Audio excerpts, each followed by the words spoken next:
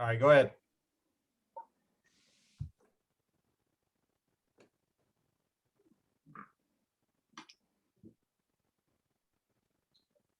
Good afternoon. This is Holly Betts, and I am here to do my history of food and recipes. And I'm also have a helper today. This is our new nutrition coordinator. Nice to meet everyone. I'm Paulina. Paulina, and she's going to be doing some cooking classes for us as well. Why don't you tell them what classes are coming up for you? Good. So we're almost into October. So October 12th, I'm going to do a nutrition table.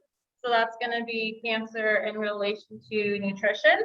And then the food demo, I'm going to do a butternut squash risotto. So that will be on the 19th of October. And then I have 2 more tables. So another one's going to be November 9th. And that one's going to be in relation to diabetes. And then one in December 7th with GI health and nutrition. So Paulina will be in the lobby and have a table with handouts, and she'll be there to answer questions on those topics. So come see her when she's doing that. I am program manager here at the Westminster Center for Senior Activities. I started out as nutrition coordinator. I've been program coordinator now for 8 years, I think. And I love to cook, and cookies are my favorite thing. So I've been doing a series called History of Food and Recipes. And today we are going to talk about tomorrow. Actually, tomorrow is the Mid-Autumn Festival in China. They also call it the Moon Festival. And it's a traditional festival celebrated by many East and Southeast Asian people. I really was interested that this is the second most important holiday after Chinese New Year, with a history dating back over 3,000 years. The Chinese have been celebrating basically the harvest. When the Emperor of China worshipped the moon for bountiful harvests. The festival is always held on the 15th day of the 8th month of the Chinese calendar, with a full moon at night. And I don't know how many of you noticed, but last night we had a full moon and it was very bright. And they picked always in the autumn, because it's the vernal equinox this week. They picked when the moon is fullest and brightest. And that coincides with harvest time in the middle of autumn. So usually what they do is they eat a pastry called a moon cake. That's not something that can really make, because the ingredients are hard to get. So I decided what we do is honor of the Chinese Moon Festival tomorrow, which we're having an Asian lunch tomorrow, and it's a drive-through meal. And we're also showing a documentary on the Great Wall of China. But tomorrow, you will, if you ordered the lunch, there may be some still reservations available. You'll get a Chinese, one of our cookies today that we made, and the recipe. And I also, Jason has emailed you the recipe, and if you didn't get it, just email Jason and he will be happy to send it to you. So the Chinese, this is actually the cookie we're making today, is the national cookie of China. And I'll show you what they look like. It was this recipe comes from the Ming Dynasty. Interesting. That's the cookie. They look like cakes. They do look like little cakes. So this recipe was created for royalty, and that's primarily because that's who would have the ingredients. So the people who were the peasants would not have had the lard, which is originally the fat in this recipe is lard. We're going to use butter, but it was created for royalty. And it was brought to the US in the 19th century when the first wave of Chinese immigrants came to America. April 9th is actually Chinese Almond Cookie Day in the US. So what happened is when it came to the US, the walnut part became almonds. So maybe that's because of California grows a lot of almonds, and that was what was available in America. But the traditional cookie that dates back again to the Ming Dynasty, the 16th century, is actually walnuts. So this is a drop cookie. This is a really easy cookie because there's not a lot of ingredients. It's all readily available at the grocery store. You don't need to go to a Chinese market or Asian market to get the ingredients. So what we're going to do is we are going to cream, put this in the mixer. Leave that, use that. So we're going to cream the butter with the sugar. That's a very traditional, if you make Toll House cookies, for instance, any a lot of cookies start with creaming the butter and the sugar. And this cookie actually doesn't have a lot of sugar in it. So there's only a half a cup of sugar in this recipe. I just want to go over how you measure. We want to make sure we measure in a dry measuring cup. That's a cup that we fill it up to the top. We take a flat-edged knife, and then we just level it off. So we know that we get the right amount. And I'm going to pour that in, and Pauline is going to put it on number 2, probably. And that's it. That's all the sugar that goes into this recipe. And she'll cream it. So she's just mixing the butter and the sugar together. That's good. Now what we're going to do is we want us to make a flour mixture. So this recipe calls for cake flour, a much lighter flour. And I'm going to tell you.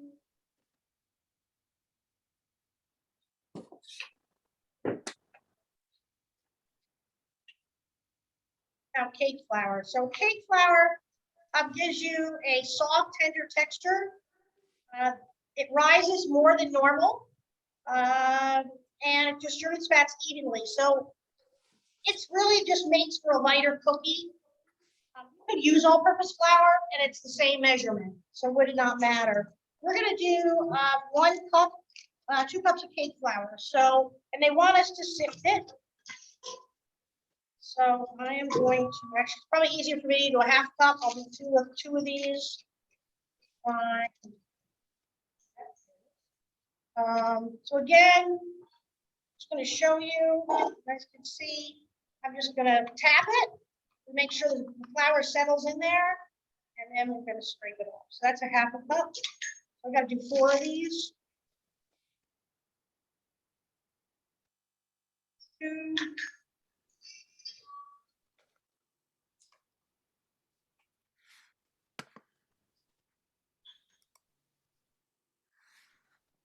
So this is soft as silk flour, but it's a Pillsbury product. But you might remember too, Swan's Down. My grandmother used to, for some reason, I always remember Swan's Down flour. My grandmother's. But King Arthur makes it now too. Half a teaspoon of baking soda. This is the baking soda. Baking soda is a leavening agent.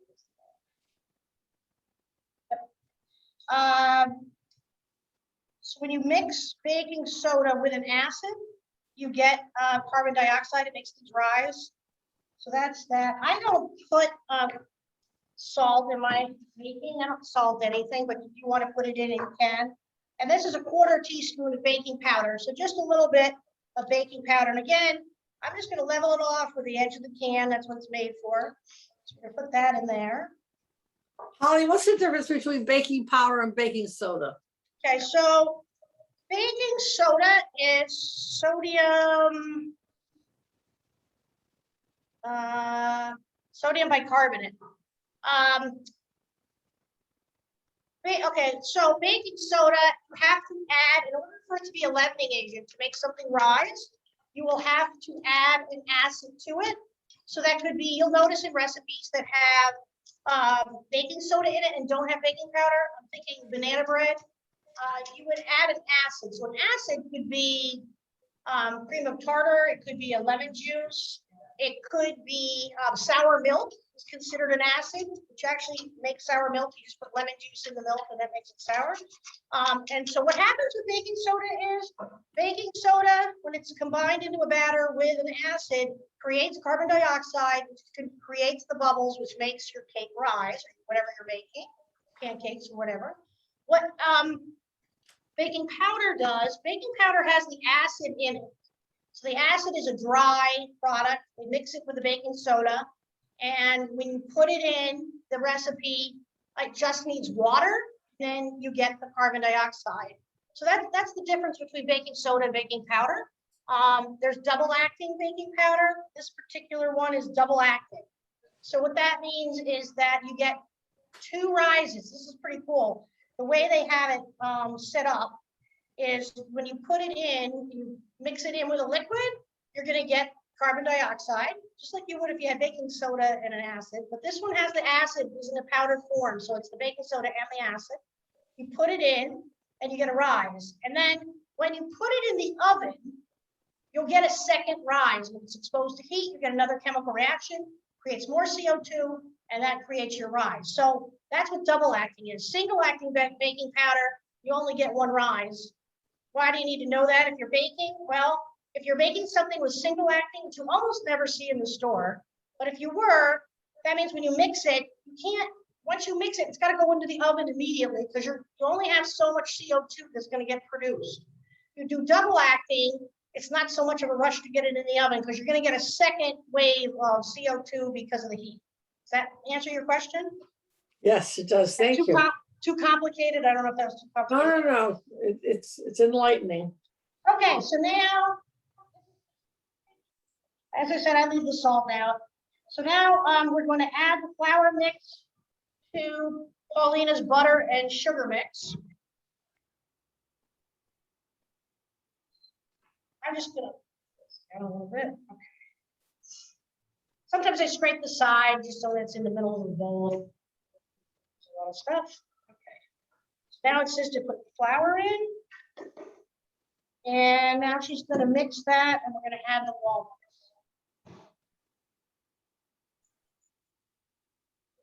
So that's going to be pretty dry, but they want you now to add the walnuts. We're going to add 3/4 of a cup of toasted walnuts. Toasted walnuts are walnuts that these are chopped, as you can see. Those are finely chopped walnuts. I put them in the oven before you guys came, and I toasted them so they became brown. They started out kind of a light. Can you show it one more time? There you go. That's a lighter color, and then these become darker. It gives the cookie a little more taste. It brings out the stronger flavor. What it does is it's kind of almost like when you brown butter. So you're kind of browning. Walnuts are full of walnut oil, so you're browning the walnut oil. That's why they become toasty. So now we're going to add 3/4 of a cup of walnuts. And I'm just going to do 3 1/4 cups in here. That's 2/4. And we got 3. Stop it. Okay. Walnuts. What's really neat is now to make this really easy, you can buy walnuts. Diamond Walnuts makes walnuts already chopped up for you. So I didn't have to use the food processor or chop the walnuts up fine. You can buy them that way. And then you can also buy whole walnuts we do for the topping in this. So now we're going to add an egg. And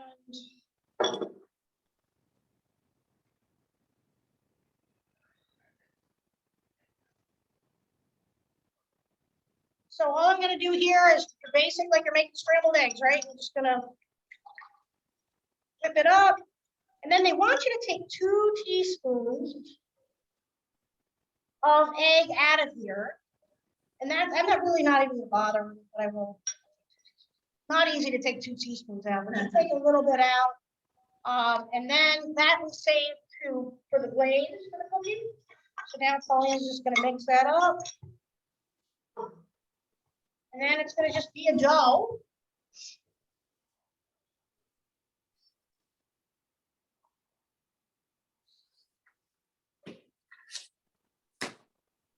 Might have to scrape the side a little bit.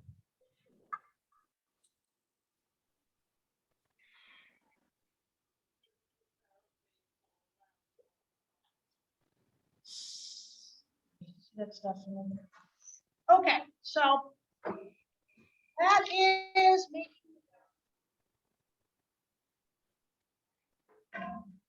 We're gonna have a cookie sheet, and I do use parchment paper so that they don't stick. They also tend to not burn on the bottom if you use the parchment paper. Pauline is gonna give another good stir. You don't want to. That's done. So you don't want to overstir. If you overstir your cookies, you're going to develop the gluten too much, and the cookies will be tough. So we want to do it just enough to mix, and that's all the ingredients that there are. That's it. And then I'll show you how we're going to form them.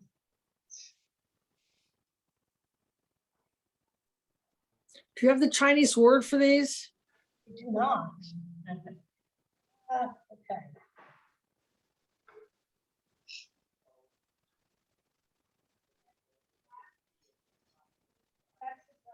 And what we'll do is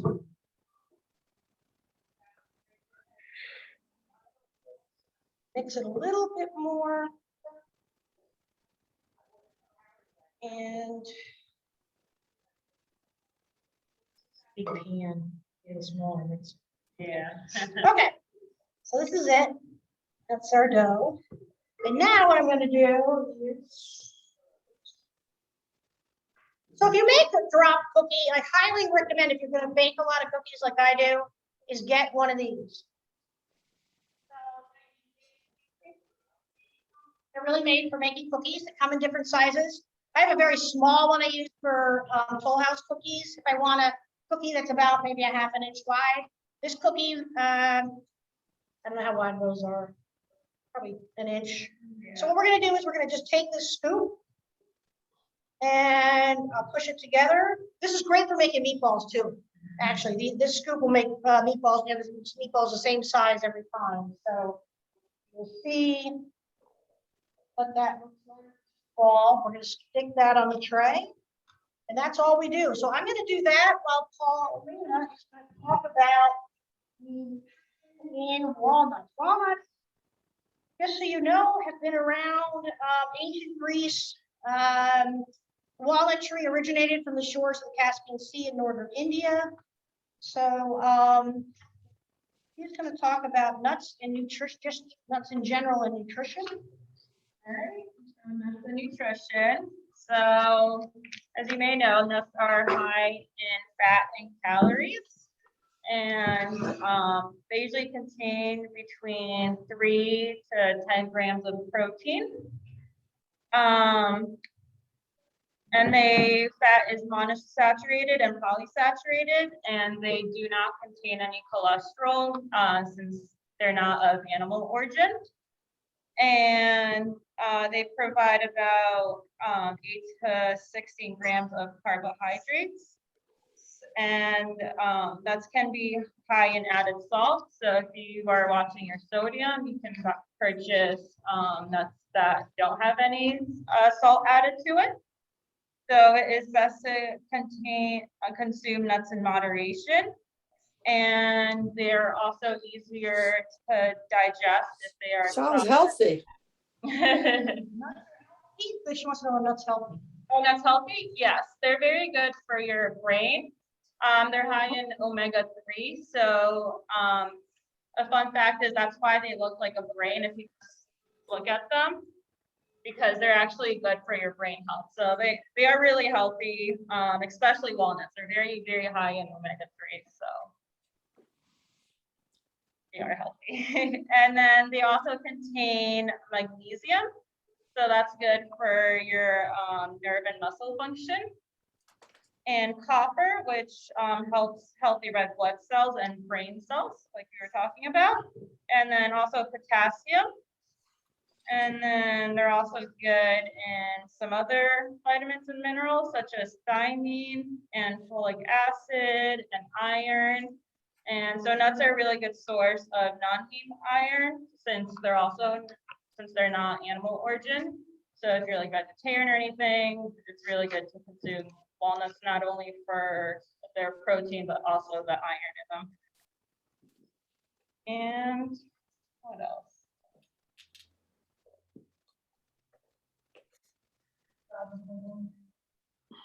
And riboflavin, which regulates metabolism of carbs, fats, and protein, which is beneficial for the eyes, healthy hair growth, nails, and skin.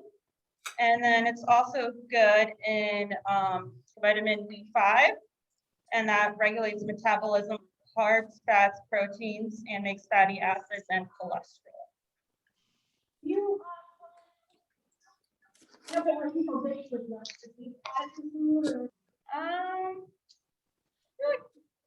Trying to think if there's any recipes that are. Holly, can you talk directly to the computer? What was your question?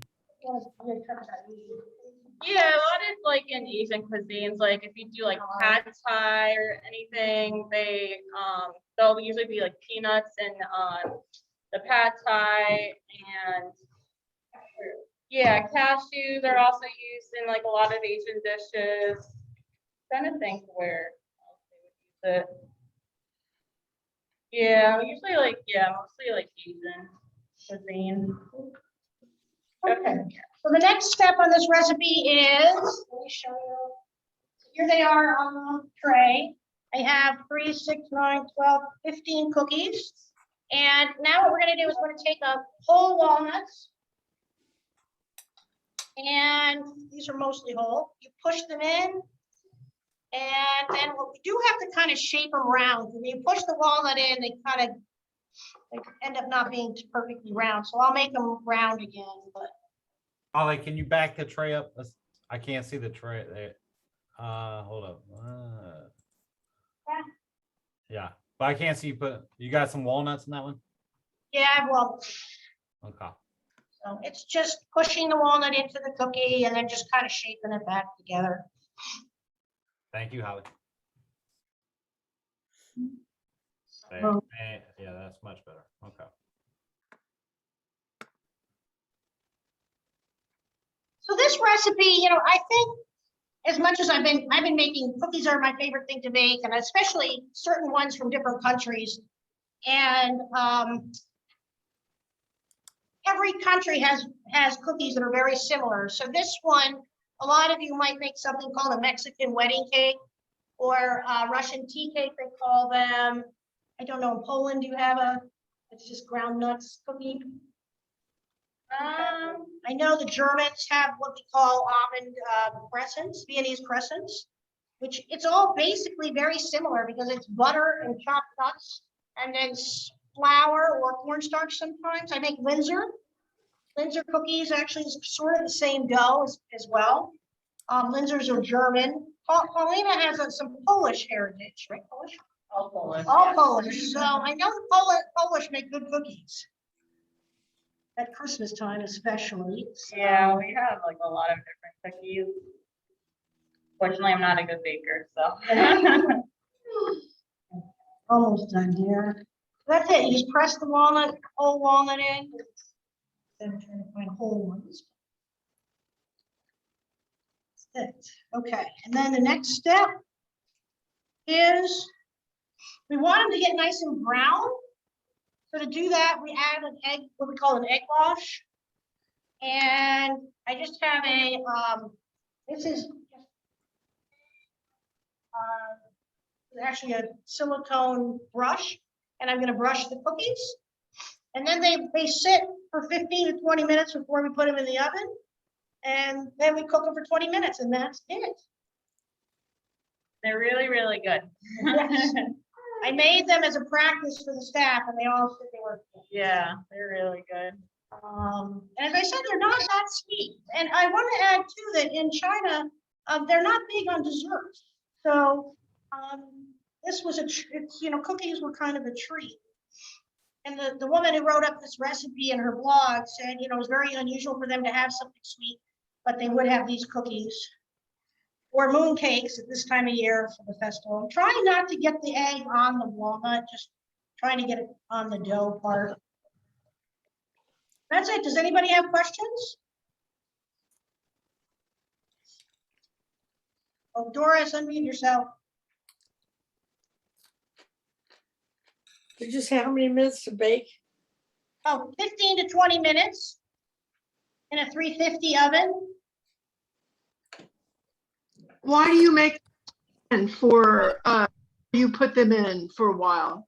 Why do you keep them out of the oven for a while before you Oh, put so them? they want you to have the cookie rest. One is to let the gluten that's in here, which makes the cookie tough, rest. But I'm actually put them in the fridge. And when you put cookies in the refrigerator, the butter had to be soft in order to incorporate the sugar and also to get some air into them. When we're doing that creaming, we're actually adding air, gets trapped by the fat. So if you want a cookie that doesn't spread in the oven, you have to then put the cookie back in the fridge, let the butter, set and get cold again, and then they won't spread. Well, that make would that apply to all cookies? That applies to all cookies. Anything else that you bake? No, mostly just cookies.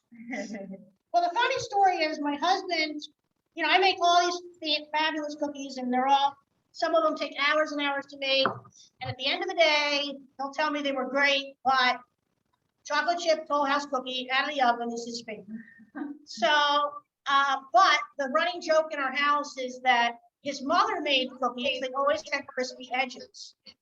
And my cookies never have crispy edges. I don't know why. I have been trying for the entire time of our marriage, which is 27 years, and I still can't get the cookie that he remembers from his mother. So it's a running joke. He says, well, they're good, but we'll have to keep practicing. So he can have more cookies to test. But at the end of the day, that is his favorite cookie. I can make all these fancy cookies, and chocolate chip Toll House is the best. So anyway, Paulina's going to do her next food demo is going to be the butternut squash risotto, which is a gluten-free recipe. I'm going to do something in November. I thought was kind of fun.